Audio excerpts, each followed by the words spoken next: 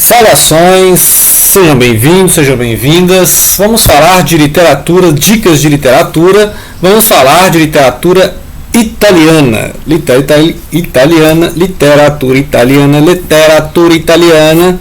Trava a língua, hein?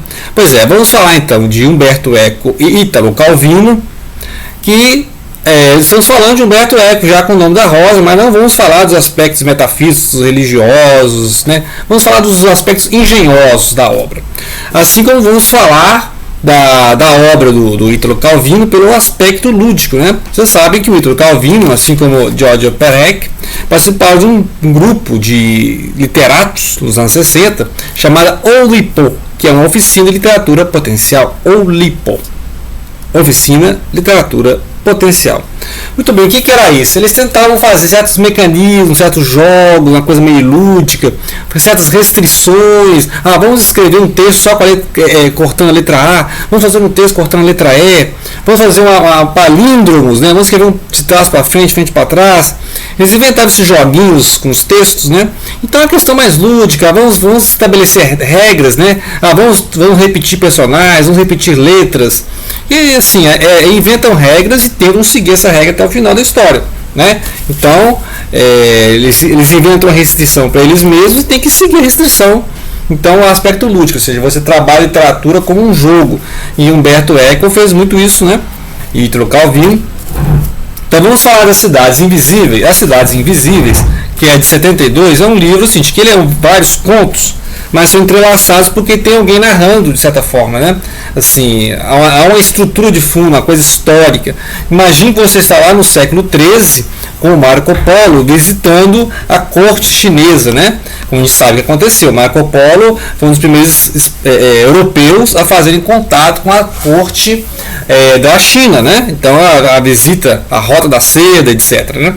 E aí as Cidades Invisíveis são essas narrativas que o Marco Polo vai contando para lá o Khan, o grande Khan, essas visitas que ele faz, né? Então ele vai, ao mesmo tempo ele vai idealizando, vai aumentando as cidades, seguindo um certo método. Então, aqui na estrutura da narrativa, o Calvino também tem isso. Então ele vai estabelecendo, olha, vai ter cidade de memória 1, cidade de memória 2, cidade de memória 3, etc.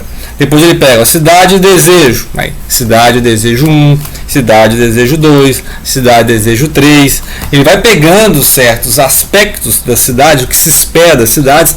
Lembrar que todas as cidades têm nomes femininos, né? Então imagine, ele arrumou aqui nome para todas as cidades. E as cidades, o Kublai Khan vai ouvindo essa história, né? Essas são as cidades do meu reino, grande império que se estendia da Ásia até ali vamos dizer ali onde é a Babilônia, né? Aquela região. Então, mas assim, tem um pano de fundo histórico, tem um pano de fundo assim de choque de civilizações, mas não é um romance histórico. Não espere nada assim, a não ser Marco Polo ter existido, né? E ele vai intermeando essa narrativa das cidades, ou seja, como elas são descritas, e muitas são descritas pelo exagero, né? Ou então por padrões que se repetem. Então, padrão faz parte da restrição, né? Ou seja, lembra da Oulipo, né? Eu faço um padrão, ou seja, as cidades têm que seguir o modelo. Então, cidades delgadas, aí vai cidades delgada 1, cidades delgada 2, cidades e as trocas 1, 2, 3, vai seguindo. Então a ordem, né? Cidades os símbolos, cidades que tem a ver com símbolo, cidades, aí por exemplo, cidades e os olhos, aí cidades os olhos 1, 2, 3, 4 e vai trocando. Cidades e os mortos, também uma coisa. Então ele vai seguindo. Cidades e o céu. Então as cidades que são guiadas pelas estrelas, formadas constelações. As ruas têm traçados que lembram constelações, entendeu? Então cada cidade tem uma coisa, um aspecto que ele vai exagerando. Cidades que são vistas em sonhos. Várias pessoas sonharam aquela cidade, elas se reúnem para construir a cidade que elas sonharam, né? Então é interessante porque é altamente bem escrita, é uma obra-prima da escritura, assim, né? Do aspecto de escrita, e ao mesmo tempo é um jogo, porque ele tem que estabelecer característica para todas as cidades, padrões para essas cidades, fazer listinha das cidades, né? E depois contar. E aí muitas vezes a questão da linguagem, né? Porque o Marco Polo é um italiano, conversando com o imperador chinês, Então muitas vezes eles não entendem o que está falando, né? Então muitas vezes o chinês, você está idealizando essas cidades, né? Você põe na sua cabeça. Ou então todas as cidades que você está falando é uma cidade só, todas as cidades são Veneza, por exemplo, né? Então é interessante isso. Então fica a dica, as cidades invisíveis, que ele segue esses padrões, né, da literatura potencial do Oulipo. Outro que o Calvino vai trabalhar essa questão do jogo também é Se um Viajante numa Noite de Inverno, né? Que é assim, é um romance? Mas ao mesmo tempo são vários, né? Porque aqui você vai encontrar inícios de romance. O leitor chega na livraria e vai querer levar um livro para casa do Ítalo Calvino. O cara chega lá, eu quero ler um livro do Ítalo Calvino. Chegou assim e pediu. Inclusive o leitor está na história, ele em segunda pessoa. Você chega na livraria, pede um livro do Ítalo Calvino, tal. Só que o cara começa a ler o livro e vai mudando o cenário, né? O livro não termina, ele tem um problema de impressão, ele vai passar para outro livro, aí ele pede outro livro e já é outra coisa. E cada início cada um desses inícios tem narradores diferentes, focos narrativos diferentes, locais diferentes, estilos literários diferentes. Então, se está no local, daqui a pouco você já está um narrador em primeira pessoa, japonês, romance erótico, né? Romance faroeste, primeira pessoa, um cowboy contando história. Então, essa é uma coisa. Todas essas narrativas são ligadas porque tem um leitor procurando o livro. Eu não consigo terminar a leitura, né? Quando eu começo a gostar do livro, vai lá, alguém dá um problema de impressão, eu tenho que conseguir o livro. E aí, assim, aí começa aquela aventura, né? Será que ela vai conseguir achar o primeiro romance? Aí ele começa a gostar do segundo romance. Será que ela vai conseguir completar o segundo romance, né? E aí ele vai passando por várias narrativas, né? Depois o próprio Calvino explica como é que ele fez o livro, né? Ele vai explicando aqui, que é um estilo meio do que é igual o Ulisses do James Joyce, né? O James Joyce pensou assim, em que estilo, em que narrador que eu vou escrever Ulisses, né?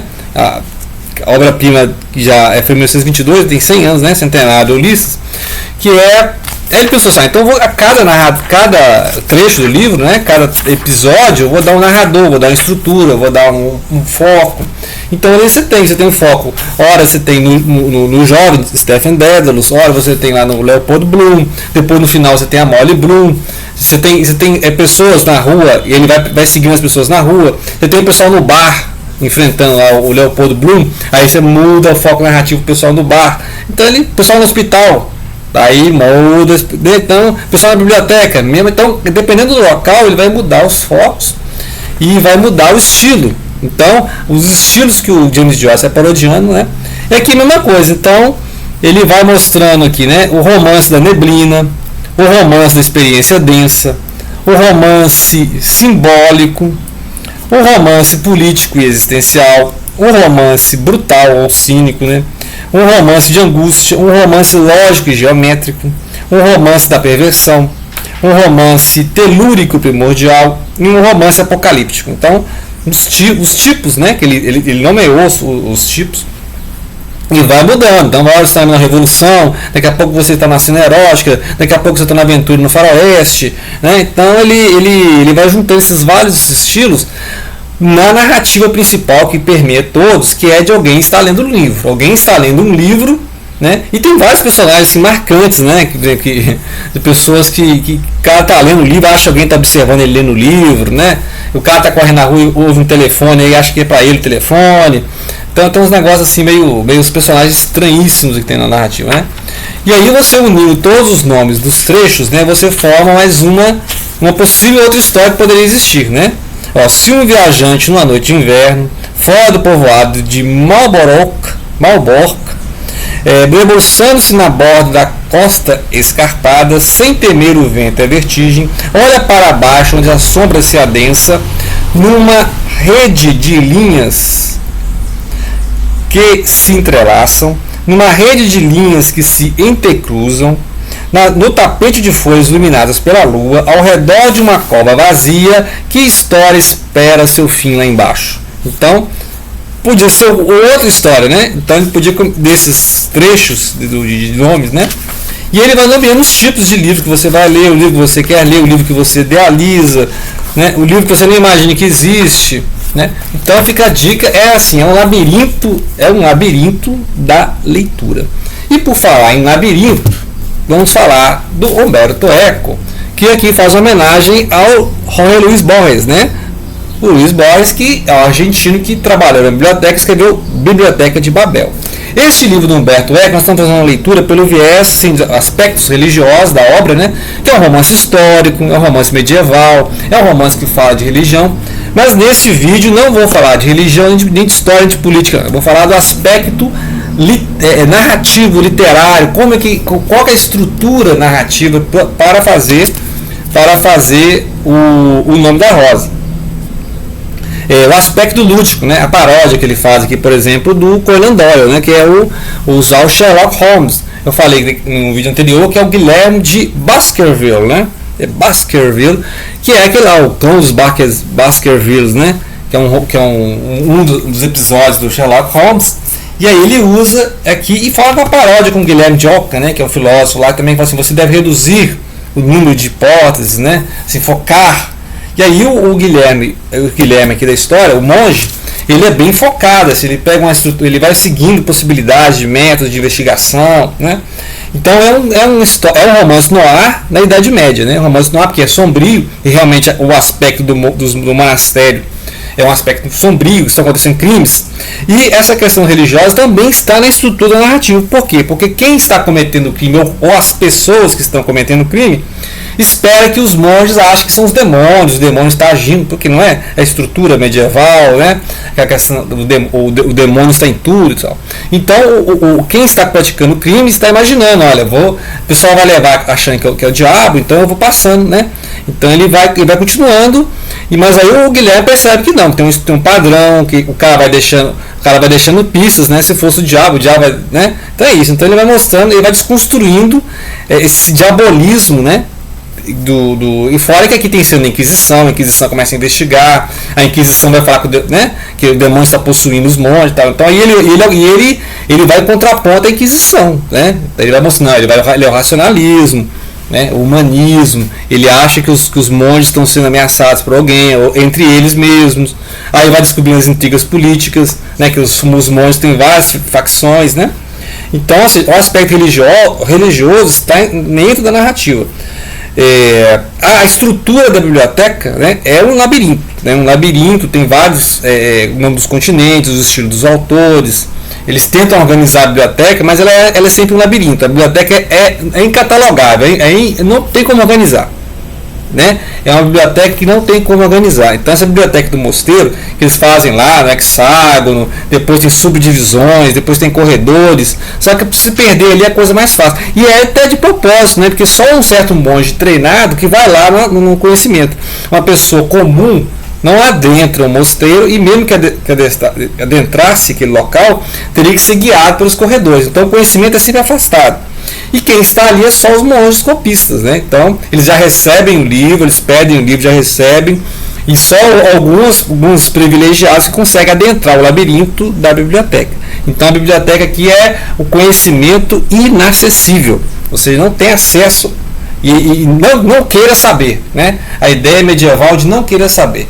O conhecimento virá até você por inspiração divina, você não precisa procurar, né? Então, e aí